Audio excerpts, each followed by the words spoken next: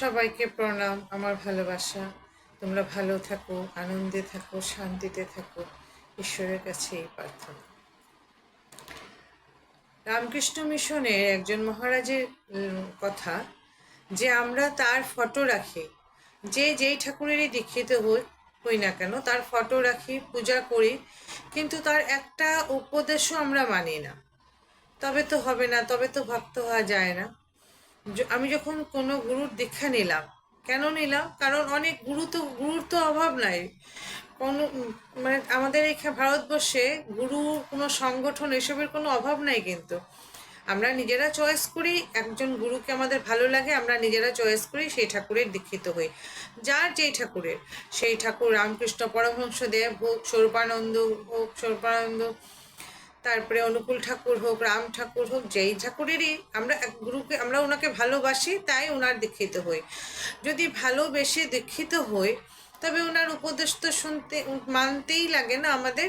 তারপরে ওনার গ্রন্থগুলি, ওনার বইগুলি পড়তে লাগে। কেন? ওনার জীবনীটা জানার জন্য। উনি কি বলে গেছেন সেই উপদেশগুলি শোনার জন্য আমাদের ওনার বইগুলি পড়তে লাগে। তবেই না আমাদের সৎ সৎ চিন্তা আসবে। ওনার কথাগুলি আমরা যদি পালন করি, তবে আমাদের জীবনে ওই ওই কথাগুলি যদি আমরা আনি, তখনই তো আমাদের জীবনটা সুন্দর হবে না? কারণ দেখো, ওনারা কেন বলে গেছেন, কেন লিখে গেছেন? কারণ ওনারা জানেন আমরা জীবাত্মা, আমাদের দরকার।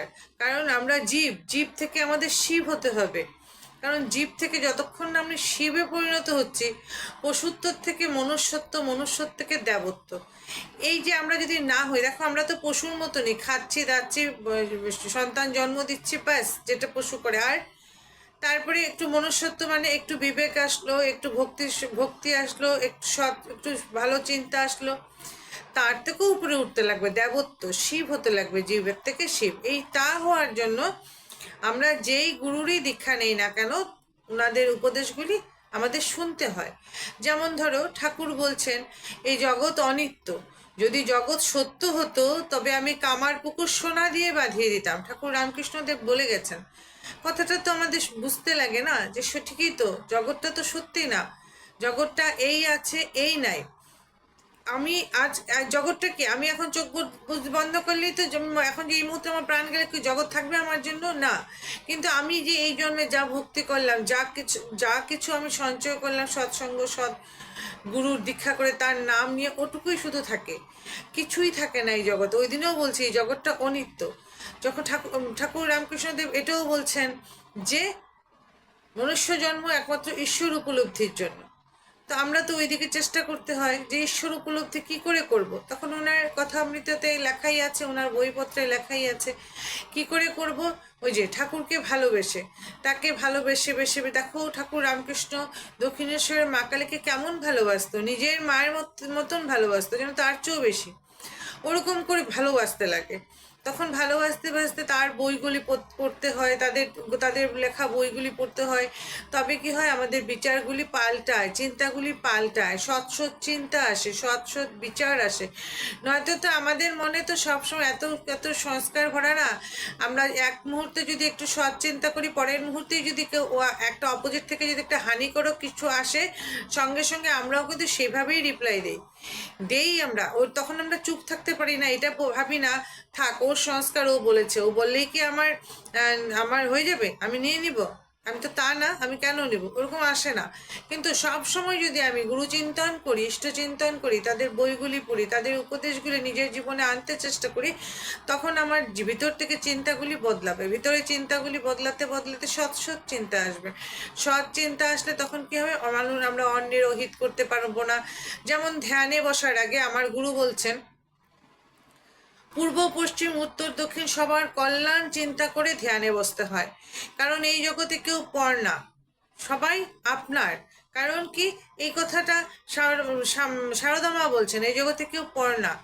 তো আমরা এই যে কথাগুলি যদি পড়ি, যখন পড়েই শুধু বইটা বন্ধ করে দিলাম তা না, ওগুলো আমাদের জীবনে যদি আনি তখনই আমাদের জীবনটা সুন্দর হবে।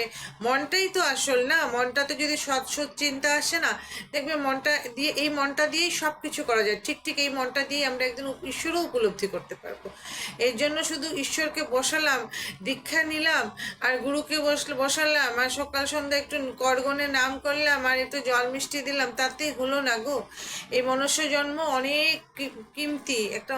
এই জন্ম কত কত জনি পার করার পর মনুষ্য জন্ম হয়। এর জন্য আমাদের এই জন্মটা খুব করে ঈশ্বরের জন্য খুব করে খেটে নিতে হয়। সারদামা বলছেন খুব করে খেটে নাও, ঠাকুরের নাম করো, লক্ষবার জপ করো, কি ধ্যান না হয় বার জপ করো।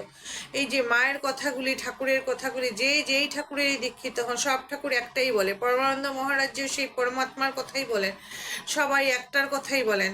শ্রীকৃষ্ণও একই কথা বলছেন, নিজেকে জানো, সবার মধ্যে আমি আছি। তো এই ঈশ্বর উপলব্ধি করার জন্য আমরা যেই গুরুরই দীক্ষা নেই না কেন, তাদের উপদেশগুলি, আমাদের একটা উপদেশই নেই, সবটা না পারি, একটা একটা করেই নেই, একটা একটা উপদেশ আমরা নিজের জীবনে আনি, ওটা পালন করি, তবেই আমরা ঠিক ঠিক তার ভক্ত হয়ে উঠতে পারবো। আজ আমি আমার ইষ্ট গুরুকে প্রণাম করে এখানেই কথা রাখলাম।